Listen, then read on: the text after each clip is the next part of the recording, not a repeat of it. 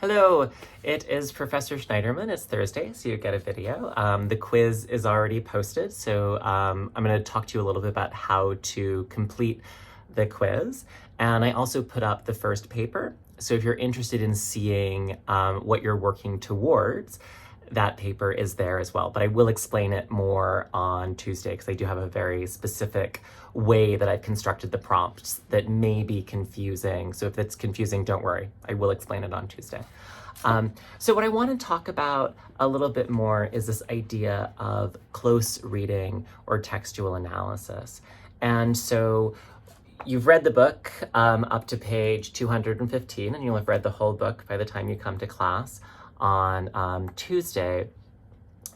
And a lot of times people think about textual analysis as reading between the lines, as kind of making something up. That they read the novel and then their professor says something that seems surprising or counterintuitive, or that they don't really get how the sort of professor or smart person got there, and they're like, oh, okay, so I need to say sort of the opposite of what it seemed like when I was reading, or I need to, read between the lines. There's nothing between the lines. There's just white space. There's just words. And so what I'd want to compare the process of textual analysis to is something like vacuuming a carpet, where as you go back and forth, right, the vacuum cleaner is like sucking the fibers of the carpet in one direction and then the other. So you end up seeing stripes in the carpet, right? That whether the fibers lay this way or whether the fibers lay that way, you see a different color. And it's the same thing on a sports field. Like if you watch a baseball diamond when they're mowing it, whether the leaves of grass lay this way or that way, as the mower goes over them, actually changes the color. And they're the same leaves of grass. It's the same carpet.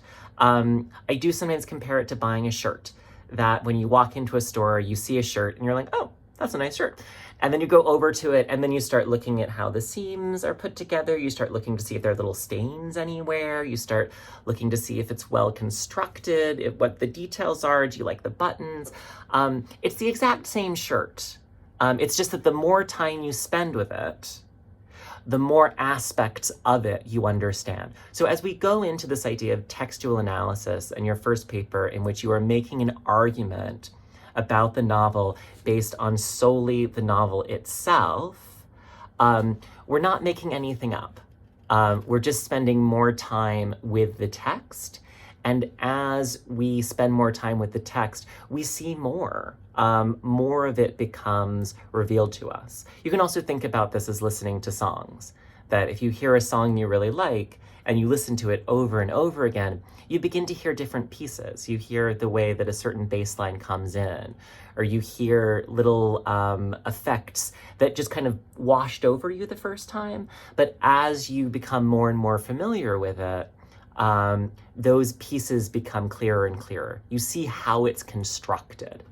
And so as you're looking for quotations to do quiz 3, to think about how you're going to approach the novel, I want you to kind of think about where the novel is presenting things in perhaps surprising ways. So for example, on page 77, I want to call attention to the passage in which Shug says to Celie, "Why, Miss Celie," she say, "you still a virgin."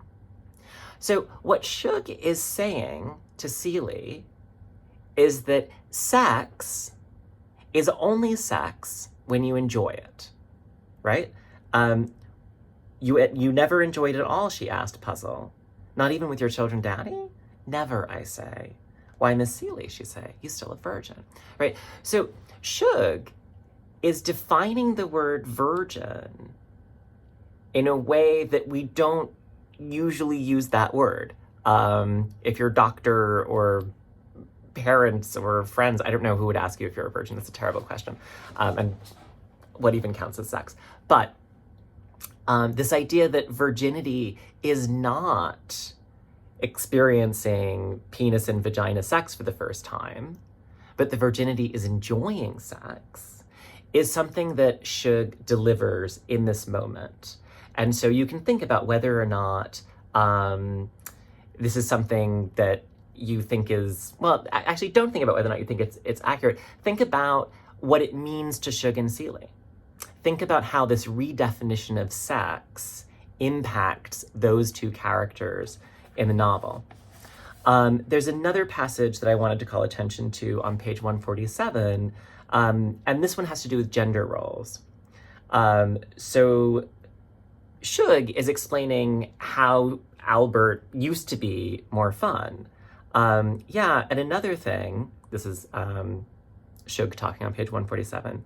I used to put on Albert's pants when we was courting, and he one time put on my dress. No, he didn't, Seeley says. Yes, he did.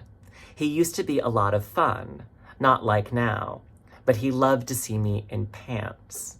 It was like red flag to a bull. So if you think about the way that pants and dresses are working in the novel, right? That women wear dresses and men wear pants until Seeley starts dressing everyone in pants. That's actually not true, right? That we think about it in one way, that right, that women wear dresses and men wear pants. But Shug reminds us that, or tells us that she and Albert used to exchange outfits, and that Albert found it incredibly sexy. That for Shug to dress like a man, right, to wear pants, it was like a red flag to a bull, was incredibly sexy for Albert. So think about what that says about gender and the way that gender and desire are working through the novel, right? That if we have a kind of very coarse analysis in which, you know, there's sex in the novel, which is male and female, and there's gender in the novel, which is masculine and feminine, and there's desire in the novel, which is sort of like running in lots of different directions. What does this suggest about the way that gender is working in the novel if Shug has told us that actually she and Albert used to play with gender roles, and that was very exciting for him? So as you do this textual analysis, look for quotations that let you make some kind of argument, and that will let you kind of build towards a larger thesis about the novel. We will talk in class more about a thesis and how a thesis works. A thesis, there are two great ways to think about what a thesis is. And this will take you right back to 101, which is possibly the most important class you've taken at the college. A thesis is an argument. It is an expert judgment that is based on evidence. And the other way to think about it is that a thesis is a statement that has to be proven. Okay, so start looking for quotations to analyze through one of the four lenses that I've asked you to kind of enter through in the quiz. And you can look at paper 1 if you want to have a sense of what we're building up towards. And I will see you on Thursday, and bring any questions to class. All right, bye, thanks.